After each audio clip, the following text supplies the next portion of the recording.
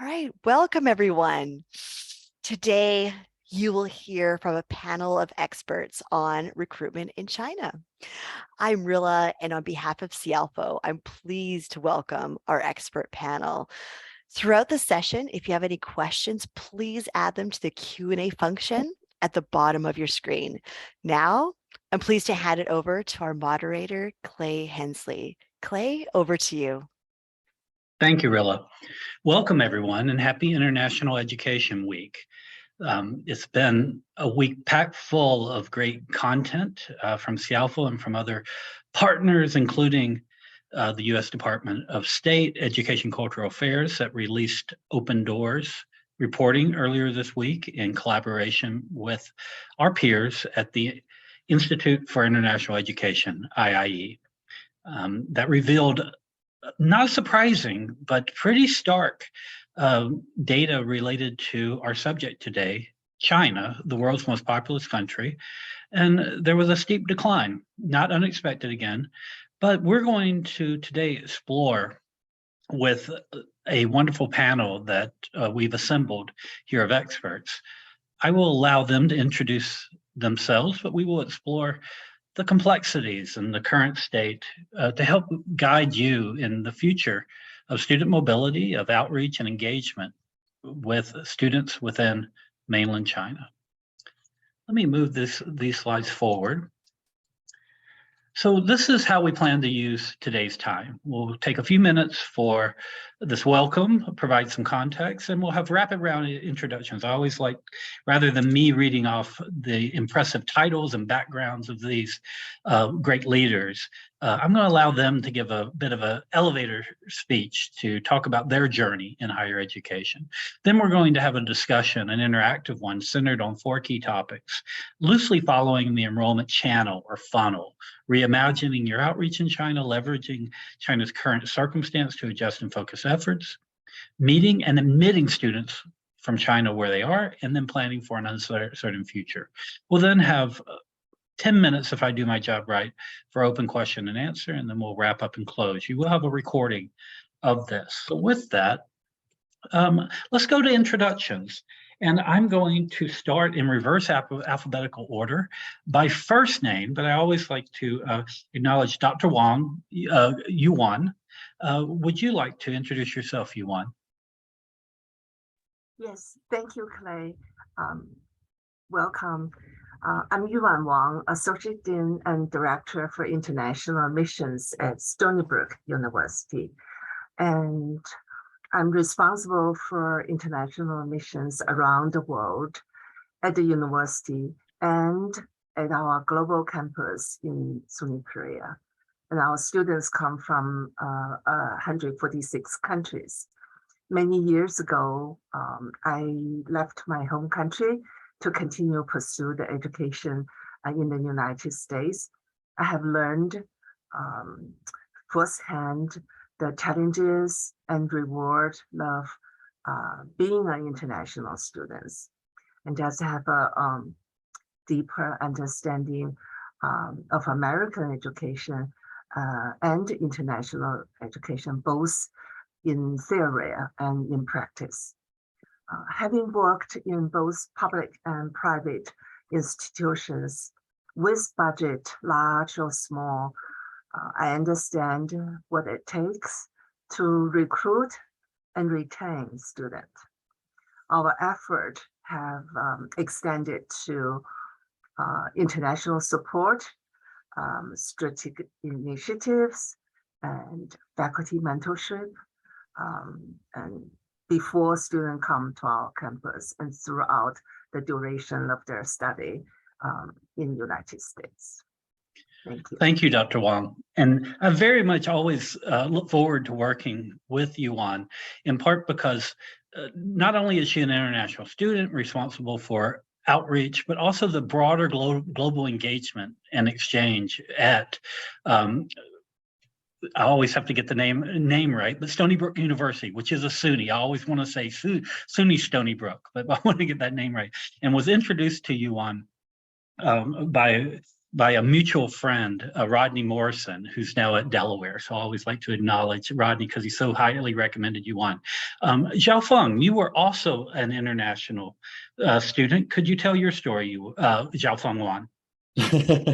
Thank you, Clay. It's such a pleasure to be here with you and with all of our audience here. I myself am a huge beneficiary of international education. So I'm very much into this celebration of international education. I went to college in Beijing, and then I came to the United States for my master's program in higher education administration, being the only international student in my program of my year at Boston College.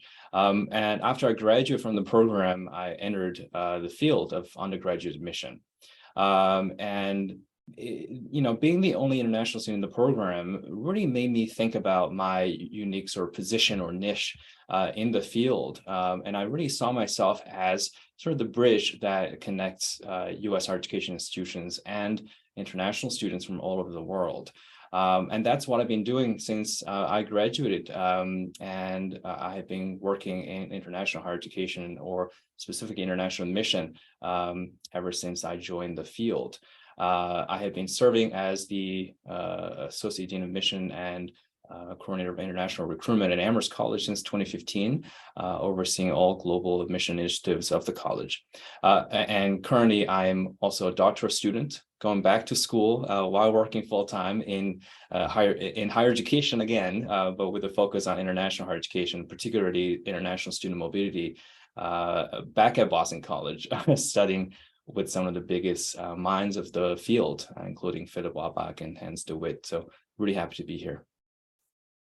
Thank you, Cialfo. And always love working with you. I was introduced to Cialfo by Matt McGann, who started his career, cut his teeth working in international at MIT before leading Amherst. I also want to acknowledge Cialfo has written an article on this very topic. So for even a deeper dive at University World News, there's also from Professionals in International Education Pi, an article that we'll include in the links and follow-up that Cialfo is quoted pretty widely in.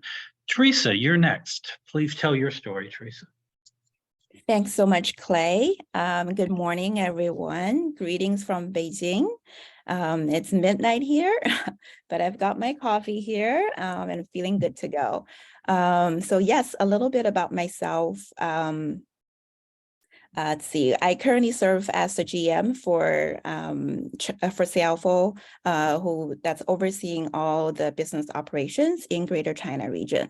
Then before coming to Cialfo, I was actually a Cialfo user, where I worked for 5 years as a high school counselor in 2 different types of schools in Beijing. Then prior to that, I was in the US, where I finished both my undergraduate and graduate work, and then worked as a university rep for 2 years before coming back to China. So I guess I've been on both sides of the desk, and now I'm kind of in the middle at Cialfo, and I really enjoy where I'm at right now, being able to bridge that gap between universities and high schools. I'm truly bringing all the stakeholders together to make education accessible. So super excited to be here, and you have my word, I'm going to do my best to stay awake. Thank you for staying awake. We recognize it's a bit late there. And Annie, you're also in a different time zone, not in the one that I think everyone expects you to be in, but tell us about your story, Annie. Hi, everybody. My name is Annie Liu, and I am the Director of Admissions for undergraduate admissions for NYU Shanghai, which is one of NYU's 3 granting campuses. In this role, I oversee the recruitment and selection for both international and Chinese students to our Shanghai campus. And they are 2 very distinct populations and admissions processes given the dual nature of the campus. And actually, my story is almost the reverse opposite of the other 3 that you've heard so far. I actually was raised and educated in the United States, but I also am a beneficiary of international education. I studied abroad in China as a college student. And though it was only 6 months, it made a huge impact, and it really changed the trajectory of my life. And I subsequently spent 14 years in Shanghai. So my pathway into higher ed there is a little bit different. But of course, as Clay mentioned, I am now based in Zurich, Switzerland. But still, hopefully, bridging the 2 cultures Shanghai, Chinese and the United States, and hopefully making that more accessible for everybody. So very happy to be here. Thank you, Annie. Lots of intercultural and cross-cultural competencies, on display here today. I'm really humbled to be part. I'm coming from New York, so Brooklyn, which NYU actually has a branch campus there as well, the Tandon campus. And of course, I've visited, in working with NYU, visited Annie in Shanghai, as well as their branch campus in a degree granting campus in Abu Dhabi. I am currently a proud consultant for Cialfo, as well as working closely with other partners, including NACAC, working with Angel Perez and his great team there, and Cambridge International Assessment as well, which many of our Cialfo schools use IGCSE A-level, O-levels, and so forth. What are our goals today? I'm going to bulldoze through these slides. You will have them, but I really want to highlight the voices on our panel. But this is just to give you a bit of context regarding where we're coming from and some data that's proprietary, unique to Cialfo schools that I think may be helpful in framing the conversation. Our goals today are here. I'm not going to read them all, but just to summarize, we want to define and explore opportunities ahead. We want to connect the dots between student decision-making patterns to help you with action-based advice and insights that will allow evidence-based best practices to help you, a higher ed representative, navigate what we consider a fairly complex and uncertain road ahead in this fascinating, important country, which, diplomatically is so important in terms of the world, that Sino-American relationship. Here's brief context. So a preponderance of international students that are degree seeking and undergraduate in the US. So that we're really isolating that point. And I want to differentiate that because most of the sessions that have dealt with open doors data have looked at all academic levels in whole. So indeed, when you look at all academic levels, including graduate students, OPT, recipients, as well as non-degree seeking students, a different picture emerges where America actually has more students coming to the US. But when you isolate undergrads, degree seeking undergraduate students at both the bachelor, 4-year institution, and associate degree, 2-year institutions, we fell 4%. And that was mainly driven by a 13% decrease in China. However, China still represents almost a third, so 32% of undergraduate students within US degree granting institutions are from one country, are from China. So even with the strong growth that we've seen in South Asia, particularly India, Bangladesh, and Pakistan, those were 3 countries that saw very strong growth. Even with that, China still represents 1/3. So you ignore China moving forward, even with a flattening and decline that we're seeing. Universities would need to cannot ignore China. It's still that elephant in the room. And post-Trump, post-pandemic, we have expected to see a resurgence, a bounce back. And Cialfo, I think, in the article you mentioned that even though the future is uncertain, there are signs that there can be a bounce back, but not quite yet. Karen Fisher of the Chronicle, someone who I think we all read in terms of her Latitudes newsletter, did a study where she saw that Chinese enrollments this year, based on visa issuance, look as if you might have as much as a 45% drop.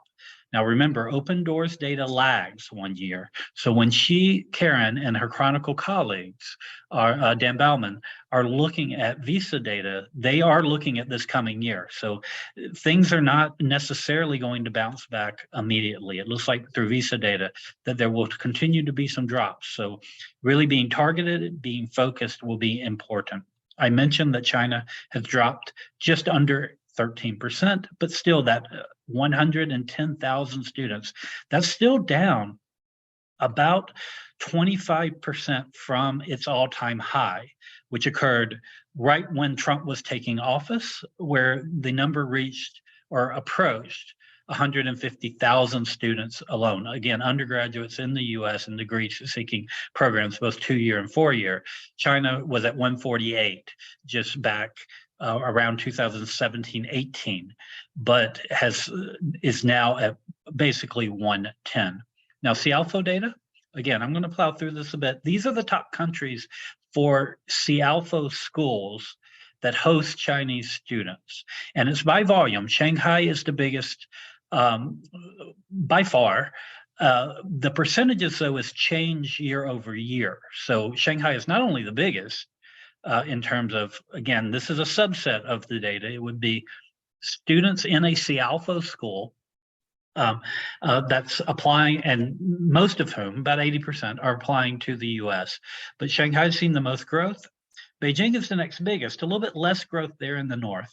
And then in the Pearl River Delta, Guangdong province, very strong growth at 62%. But the Yangtze River Delta with Zhejiang and Jiangsu, large, not quite as much growth outside of Shanghai, though. One thing that was striking to me in looking at the Cialfo data was just how many apps per student. This is very strong compared to, say, India, which has grown, is still just around 10. Whereas in the US, the average app per student is closer to 3 or 4. So there's a big difference in the number of students in which Chinese students are applying to. It's a much greater spectrum or swath. Now, which states are they applying to? Well, California leads, but New York and Massachusetts and Pennsylvania and Ohio are actually growing more, even Illinois. So we're seeing the great late states with a lot of interest. Again, California is the biggest in terms of applications, but represented here today, New York with Xiaofeng and with Yuan, and actually Annie, I guess, no, those are the New York. Massachusetts would be Cialfo, so apologies for that, but are growing. But these are in applications. When you look at matriculation, New York has grown some, but California has decreased, and New York actually has bypassed, again, Cialfo data, the number of matriculants, the number of enrollees from those schools. New York has the most, and really driven by NYU. California is second, but has fallen and is right at the same level of Massachusetts, which has grown 53%. So a big jump. And I'm sure that's mainly because of Cialfo, as well as other colleges. Among students at Cialfo schools, major interest seems to be shifting from business and econ, which remains strong, but to STEM, particularly science and computer science majors. And then lastly, I'm just going to close off here so that we can move into the discussion. There is uncertainty, especially around global inflation, which makes U.S. higher education more expensive for many international students, an uptick of nationalization and authoritarianism. This could all impact international student mobility and exchange overall, but especially from China. Financial allocation. So China is becoming a bit more cost sensitive. It's not as cost sensitive as maybe other markets, but it is becoming more so. So non-need based and need-based scholarships are still important. But overall, the good news is that global demand for American higher ed has demonstrated amazing resiliency in previous pandemics, including SARS, as you see in the top left. But then and we hope that our last pandemic, which was more political, but as well as the pandemic that is COVID, we hope to see the same bounce back. So with that, this is our topics of discussion. I'm going to now stop sharing my screen so that you can see everyone in person. And my first question will go to Xiaofeng of Amherst, Xiaofeng Wang. Why has China stalled in its rate of growth and sending undergraduate students to the US, Xiaofeng? Tell me what happened. Thank you, Clay. It's such an important question to probe. So I'm going to start from a more academic perspective. One of the actually most commonly used theories to look at international student mobility is the push and pull factors. Scholars have generally defined push factors being unfavorable conditions in students' home countries and pull factors being favorable conditions in host countries. And in the case of Chinese students studying in the US, the common push and pull factors include academic resources and freedom, research, networking, and career opportunities, ability to choose and switch majors, the prestige of highly ranked institutions, so on and so forth. For the most part, these factors remain the same, and they will continue to be important and influential in Chinese students' decision to study in the United States. But that said, in recent years, as you have alluded to in the beginning, geopolitical tensions between the United States and China and the anti-China rhetoric of the Trump administration have really cast a very negative image of the United States as a study destination among Chinese families. And then the COVID-19 global pandemic and the subsequent surge of anti-Asian racism and the never-ending gun violence in the United States have also furthered Chinese families' concerns. You have to understand that many of these Chinese students are the only child of their family born under the one-child policy in China. So their Chinese families are particularly concerned about safety and well-being of their children. In the meantime, our main competitor countries, such as the UK and Canada, have boosted their recruitment efforts of Chinese students and implemented very welcoming and encouraging policies in terms of immigration policies to retain international talents after they finish their studies there. So it's not a surprise that it has become a norm over the last couple of years for Chinese students to apply to colleges in multiple destination countries all at once. This was never the case before. It used to be the case that the United States was the primary destination for Chinese students. The Chinese government has also been investing heavily in its own higher education system, plus the many foreign branch campuses like NYU Shanghai and the availability of high quality English taught programs in neighboring countries and regions such as Japan, Singapore, Korea, and Hong Kong all have contributed to the decline of Chinese students in the United States. So as you mentioned earlier, it was almost jarring to see the 15% drop in Chinese student enrollment during the pandemic in the United States, and the further 9% decline in the recently released IIE's Open Doors data for the 2021 to 2022 academic year, and the 45% drop in visa issuances for the fall of 2022. These are all clear warning signs that U.S. colleges and universities, as well as the U.S. government, should take seriously and they really need to do more strategic outreach in recruiting and supporting Chinese students instead of simply treating them as cash cows, which is very problematic, or shifting attention away to look for the next growth market, such as India, that can bring in full pay international students. And lastly, I'll just mention that geopolitics between the United States and China will likely have a much more significant impact on Chinese students' outbound mobility in the years to come. Chinese families pay close attention to the development of US-China relations. They're more willing to send their children to the US when the relationship is friendly and less so when it goes sour. The much anticipated meeting between Biden and Xi at this week's G20 summit in Indonesia was actually carefully dissected by Chinese viewers, and most have felt a sense of relief because both sides seem to be making efforts to cool tensions. And Chinese families appreciate the open and welcoming message of the Biden administration, but are also closely monitoring the upcoming 2024 US election and how that might impact their children's lives in terms of safety and well-being. Back to you, Clay.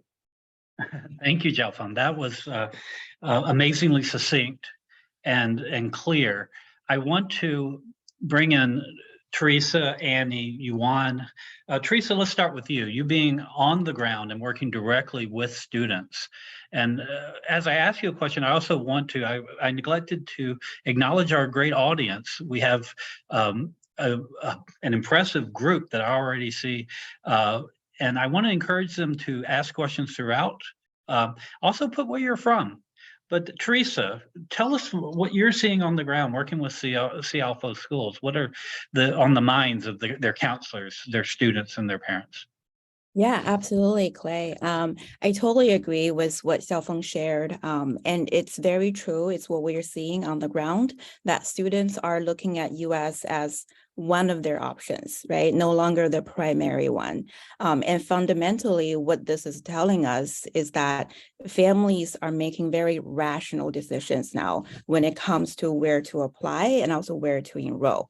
Right. So factors that may not seem relevant or as important pre-COVID, now it's being seriously considered by students and parents. Right? Like what Cialfo mentioned, like safety, cost, employability, life after graduation, immigration opportunities. So they're really looking at making comparisons and really looking at what is the ROI, what is return on investment if I go to this country versus the other.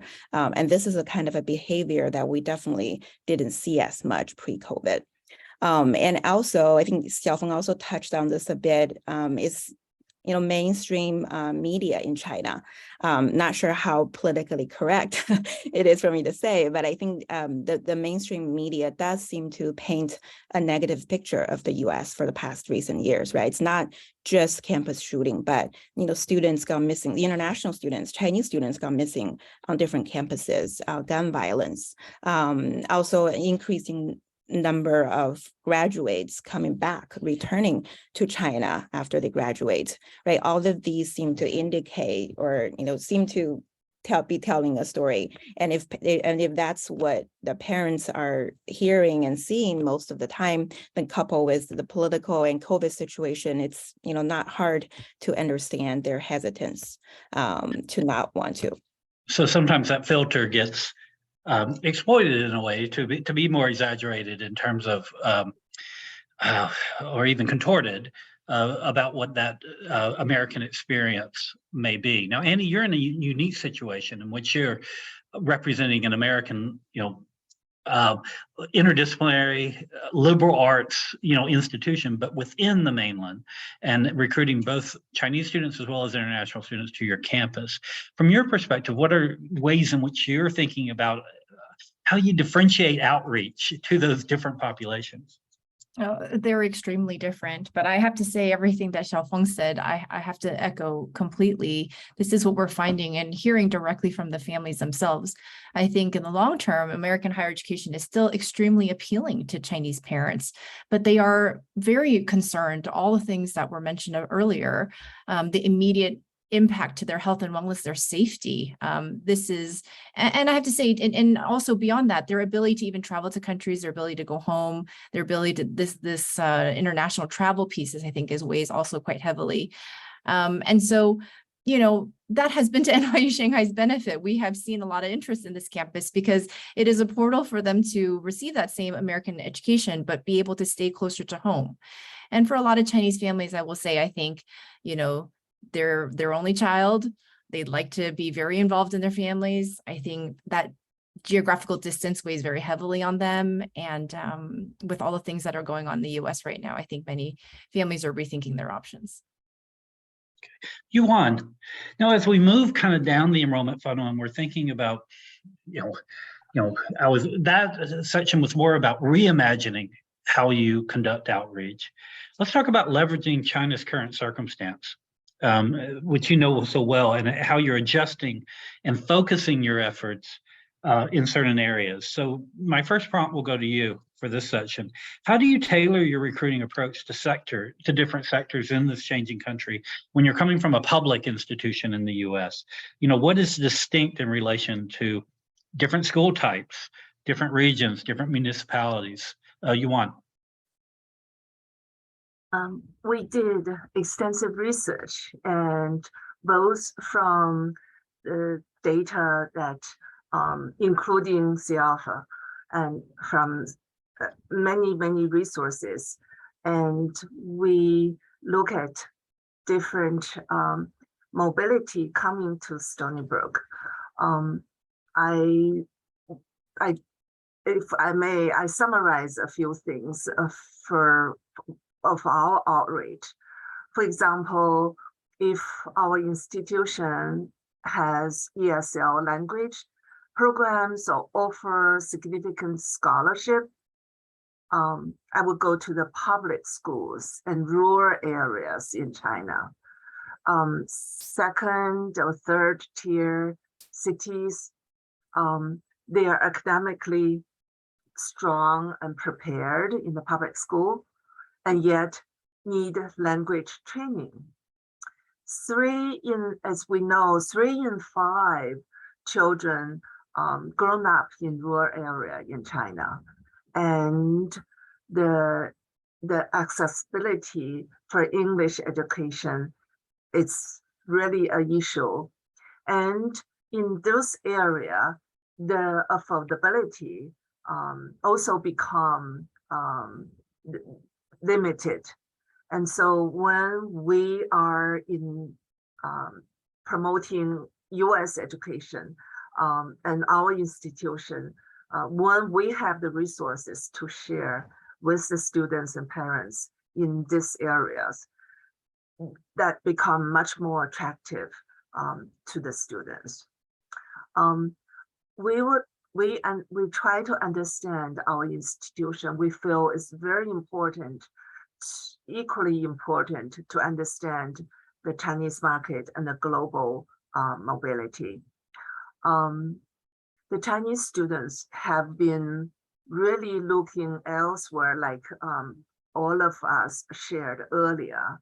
They have so many choices now, and especially after pandemic.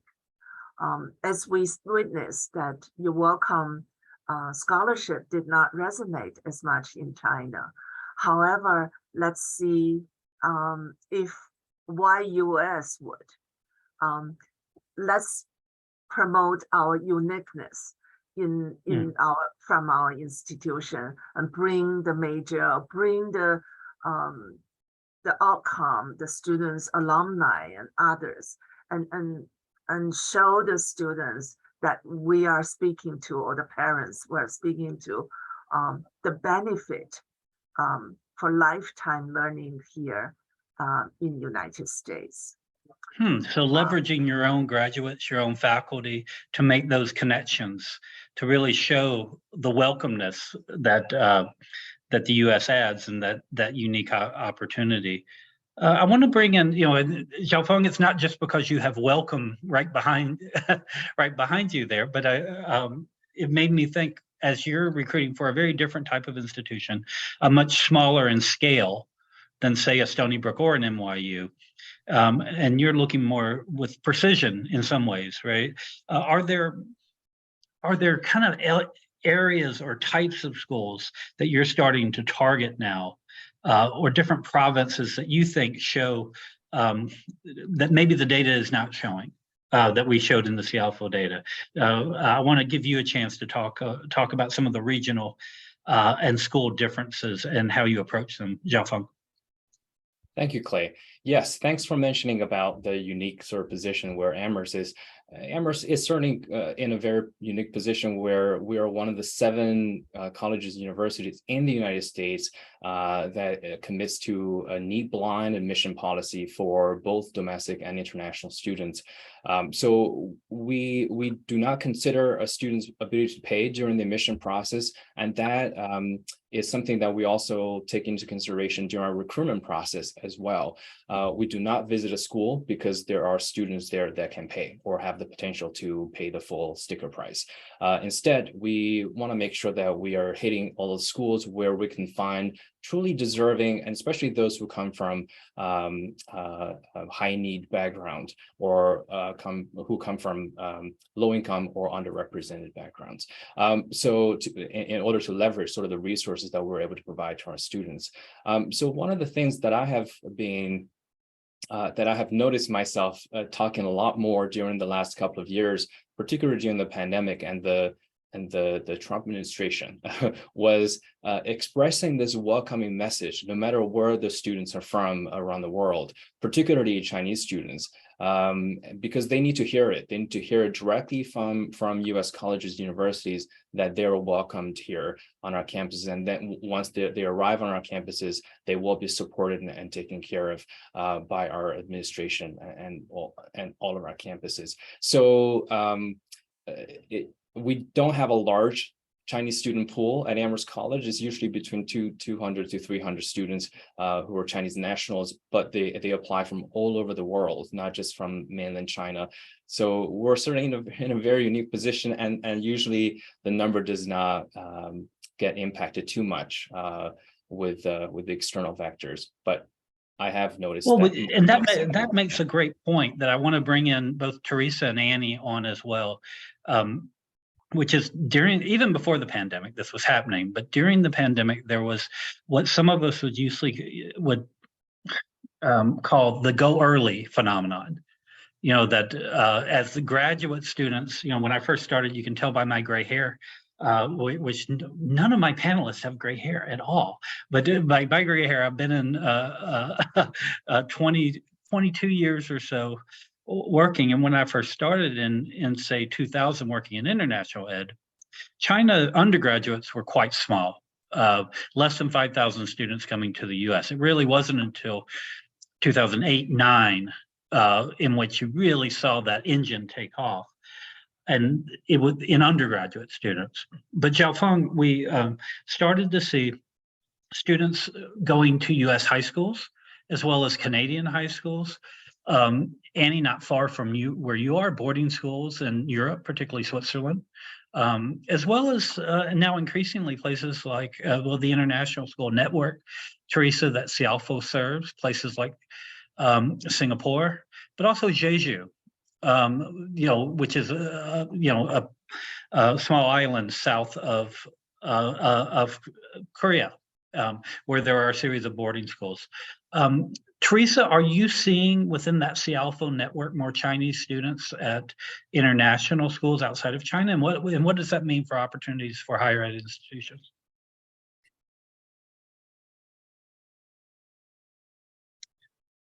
Oops, Teresa, are you frozen? Well, let me go to Annie. Annie, as you recruit, because I know it's complex, but what are you seeing in the region as far as Chinese nationals? And what does that mean for particularly your campus at NYU Shanghai to maybe draw students back in, or even international students at those schools?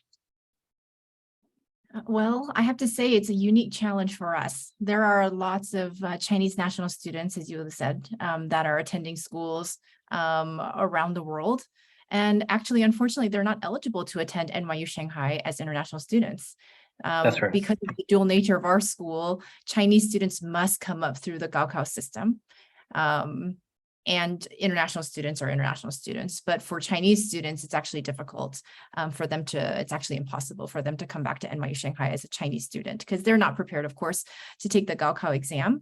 And their high school education would not then qualify them to attend NYU Shanghai.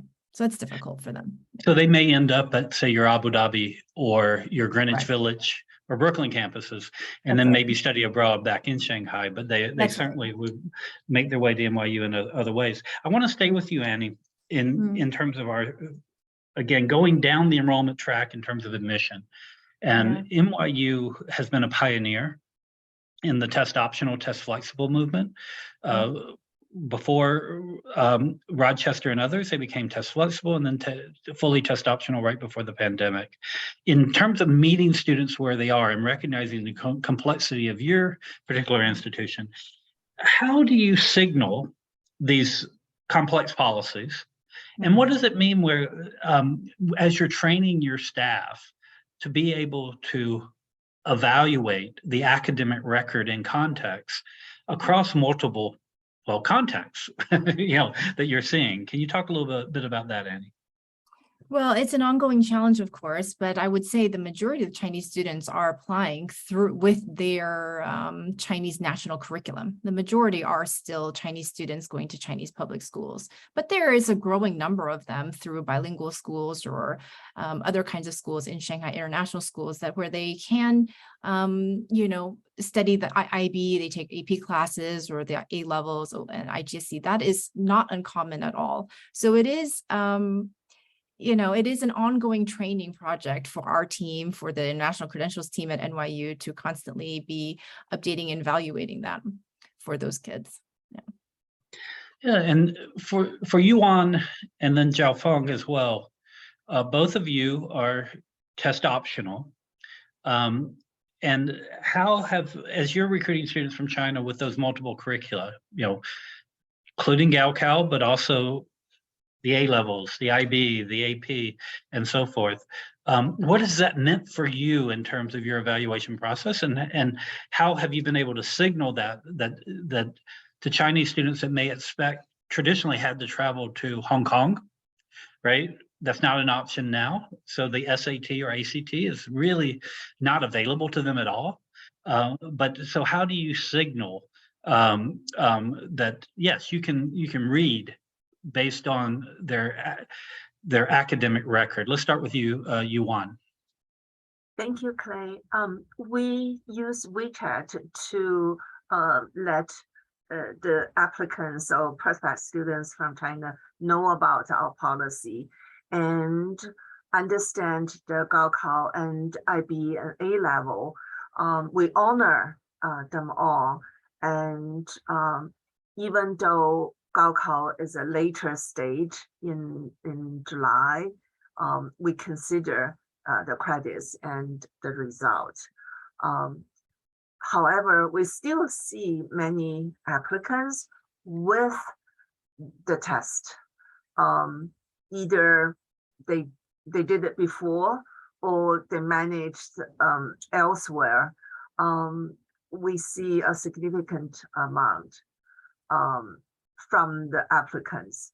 But this coming fall applicants, we see less and less with the test. We continue communicate with our virtual fairs, which we did about 1,000 of them since the pandemic. Wow. And we also through the our social media, we have been communicating that option. And Yuan, your story seems to resonate. At the NACAC conference, there were several sessions about this, that even though, especially among certain populations in the US, especially with the exception of underrepresented minorities and poor students, there has been an uptick in test submission, especially among white students and men. But international students have not seen that uptick, at least according to a majority of institutions that we've surveyed, that it's actually, in some cases, declined. Now, Cialfo, in terms of your first, few test optional years and cycles, how is that related to China, and how has Amherst, or how do you see the evaluation process evolve at a place like Amherst that is so highly selective, Cialfo? Thanks, Clay. I think there's a great deal of education that needs to be done to bring Chinese families to the same to the level of understanding about the holistic review process at particular highly selective colleges in the United States. That test score is only one part of the many things that we look at. But you also have to understand that I would say the obsession with test scores in China has very deep roots, given the 1,000-year-old test-based system of selecting talents or officials in China, and as well as the college entrance exam system in China as well. Everything is based on a score. So for Chinese students to suddenly apply to schools in a country where the system does not only look at the test score, really gives them anxieties, and they feel a sense of loss throughout the process, because now they are at a loss of how to prepare for the admission process. So even though the message is being very clear from the US side, even with, I don't know the specific number now, maybe over 1,700 colleges and universities who have adopted a test optional policy and have made it clear that without testing, their application will not be in a disadvantage, you still see a high level of resistance to the notion of test optional among Chinese families. So given the opportunity, they would still take the test. And so we have been hearing a lot of stories about, even during the pandemic, a lot of families paying hundreds and thousands of I dollars know. to sign up for a spot in Macau, because that was the only place where they can go and travel to take the exam. And that really shows the sort of deep-rooted anxiety and belief on the power of a test score, even in an environment of the US where that's not emphasized. Absolutely, Jiaofeng. And even when you try to say that you don't need the American Gaokao, which is often what ACT and SAT are called there, you could, with institutions like NYU Shanghai saying, we want the Gaokao, which, to be fair, is more like A levels, I think, than ACT or SAT. But still, you get puzzled looks like, hold it, why would you use my Chinese credentials for an American? So Teresa, as we kind of close the section and move on to our question and answer period, I want to give you a chance to talk about the future. So broadening out the conversation a bit, what advice do you give? Because you're the one coming from both worlds, the kind of Janiform, secondary and higher ed world. What advice do you give to our higher ed community as they plan to engage with students, families, counselors, schools in the future? Teresa. Sure, thanks, Clay. Sorry that my internet got cut off a little bit earlier. There are definitely a few things that I can share. Some are my own reflections and some are perspectives from talking with our fellow counselors. So I do want to first acknowledge that. I think the first point I want to make is, it seems like all decision makers are taking a holistic approach. And what do I mean by that? We know U.S. admission review process is a holistic process, right? We're not only looking at grades, but we want to see who the student is as a person. And this same process and mindset, we're seeing more and more students and parents are actually using when they're making decisions on where to apply and enroll. So FIT is no longer just about ranking or following the American dream blindly, right? They're looking at things that we mentioned previously, safety, employability, work visas, looking at the whole package, right? So knowing this, an obvious question that as university reps we might ask is, have we really talked enough in our previous recruitment sessions about the things or the factors that parents and students really care about, right? And if you have to put a percentage on how much of the sessions that were done were still like regular info sessions were focused on academics, and how much were talking about like campus safety, what happens if there's emergency with international student, right? So I would pause there for a little bit for everyone to give some thought to that. I was talking to a counselor earlier and we were saying, I'm sure all of your universities would have successful stories, right, of students getting H-1B visa after graduation or even doing successful OPT, CPT. I'm sure you have great policies in place, right, to ensure the safety of our international students. But what's your confidence level that our students, our families know about it, right? From the conversation with the counselors, it still seems the majority of the info sessions that we saw are still very focused on academics, right? So I'll leave this point there. So that's the first point. And secondly, I think it might also be wise to consider widen your recruitment pool. So pre-COVID, you might have feeder schools where when you come to visit in China in person, you might have a fixed set of schools, right? You go to visit. But going forward, is that going to be sufficient pipeline for you? And my honest suspicion is that if you are considered higher ranking, maybe there's no issue. And with test optional, actually, we're now seeing an increasing number of students applying to top 30 universities in the US, right? Because students think if they have any chance of getting into Harvard now is the chance.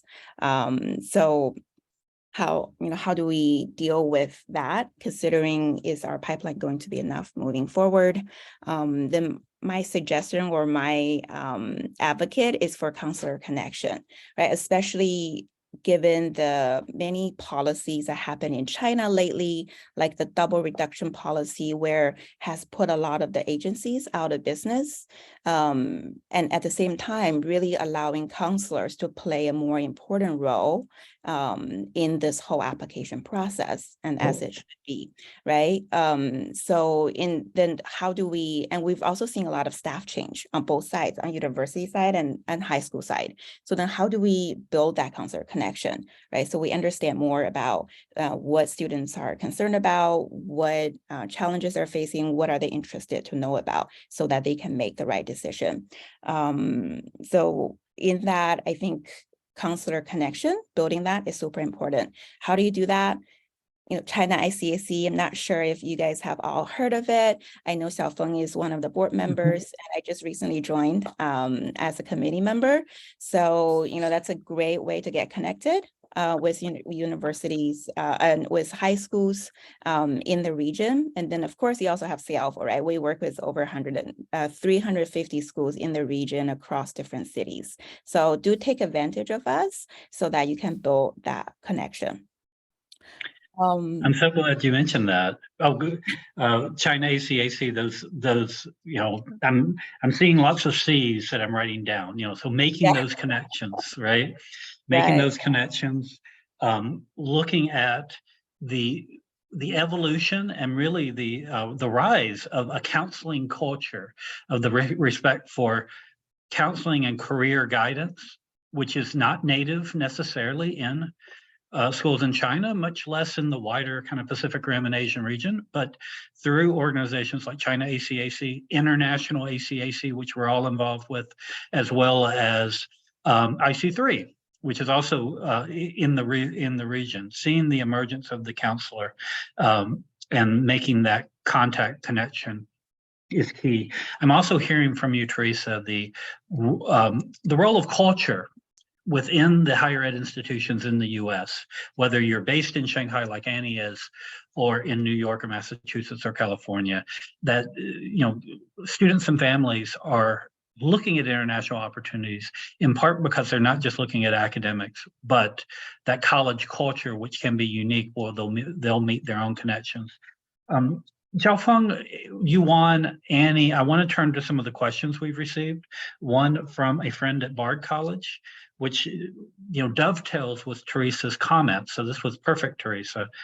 Regarding the role of rankings, you know, rankings have been, you know, and I would expand that, not just rankings, but the prestige or profile of the institution that goes beyond just the top 30.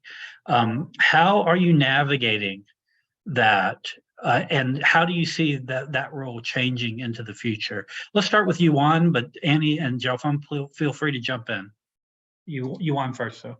Thank you, Clay. We all know that China is not just a departing country, it's also a destination. And from the data that among the top 100 universities, the number of universities in top from China grown from top 2 to top 7. So China is also growing in that world ranking. In terms of the ranking, how we interpret our own institution, I'm always reminded that there's not another China.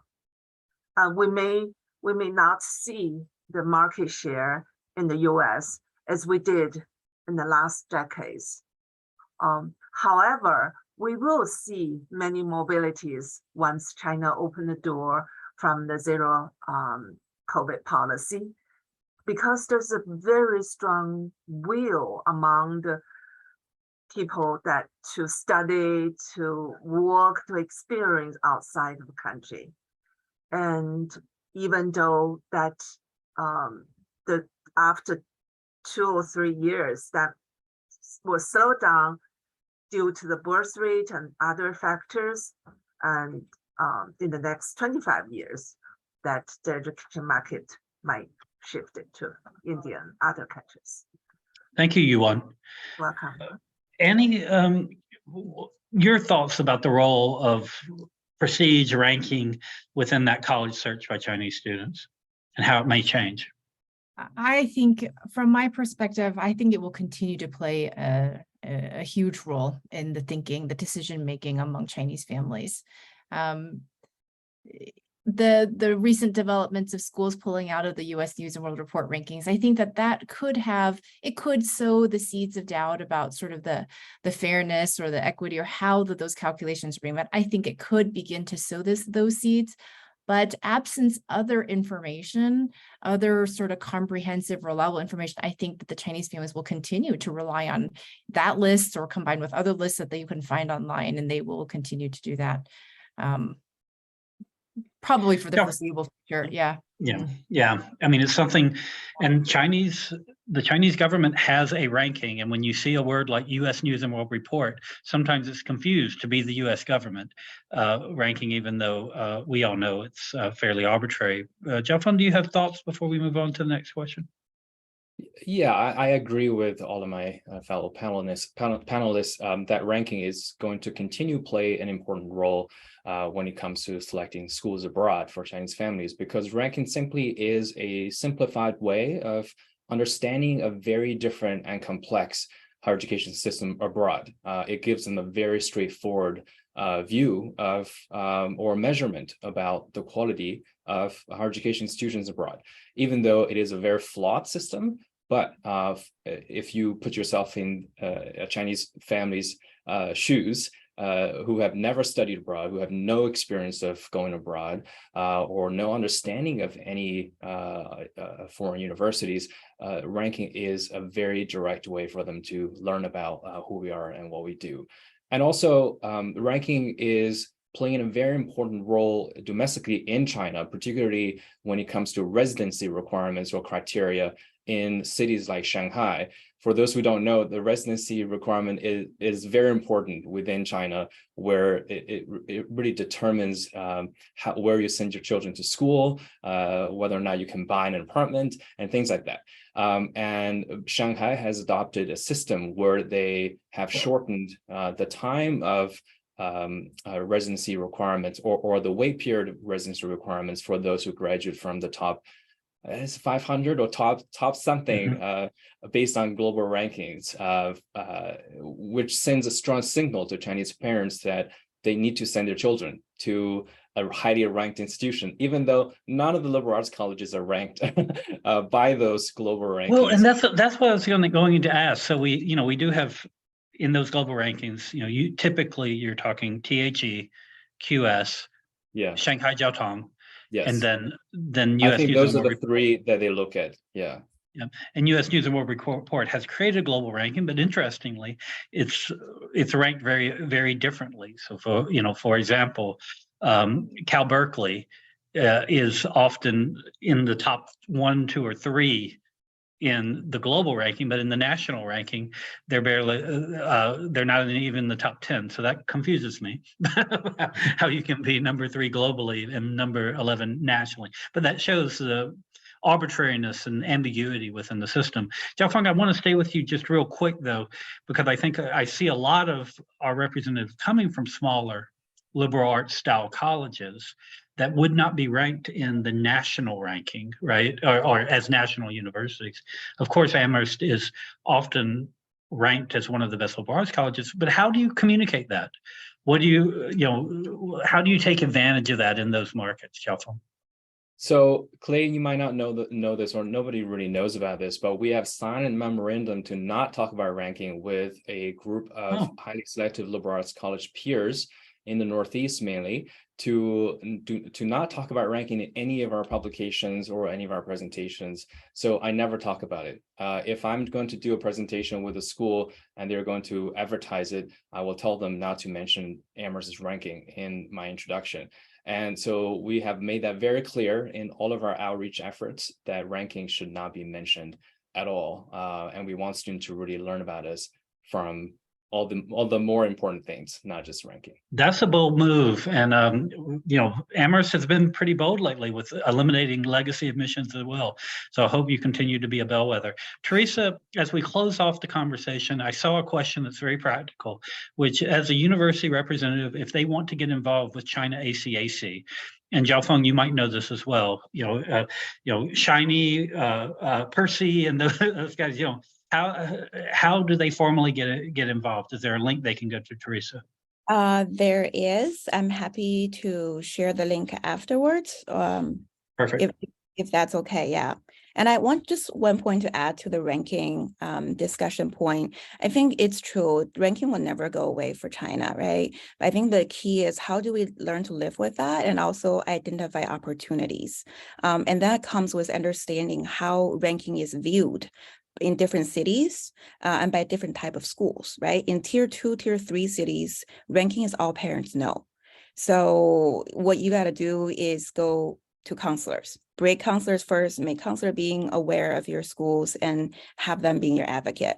But in tier 1 cities, because most schools have a more systematic counseling department, and they've been trained and been taught of the Western mindset of counseling, right? Where they learn how to do fit schools and match. So then you can do student engagement more, especially with pure international schools.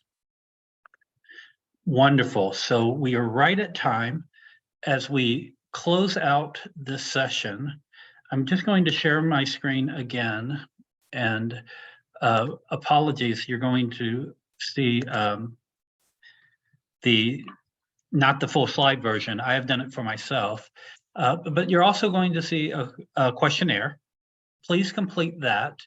And I wanted to just close by sharing the contact information of our panelists. So feel free to reach out to them as university peers for advice. They've been wonderful. So thank you, Annie. Thank you, Teresa, Jiaofeng, and you, Juan. Really appreciate your time today and contributing your incredible expertise to this dynamic conversation and this ever-changing and uncertain, but a very important conversation. I'd also like to thank my colleague, Rilla, as well as Vanessa Lera, who did a lot of work to help organize this. I saw a question that just came up asking about the recording. We will be sending that to all registered attendees. So you didn't even have to attend in person, but you will get the recording, and feel free to share that link. Happy International Education Week, everyone, and all the best. Good luck to you. Bye-bye. Bye-bye.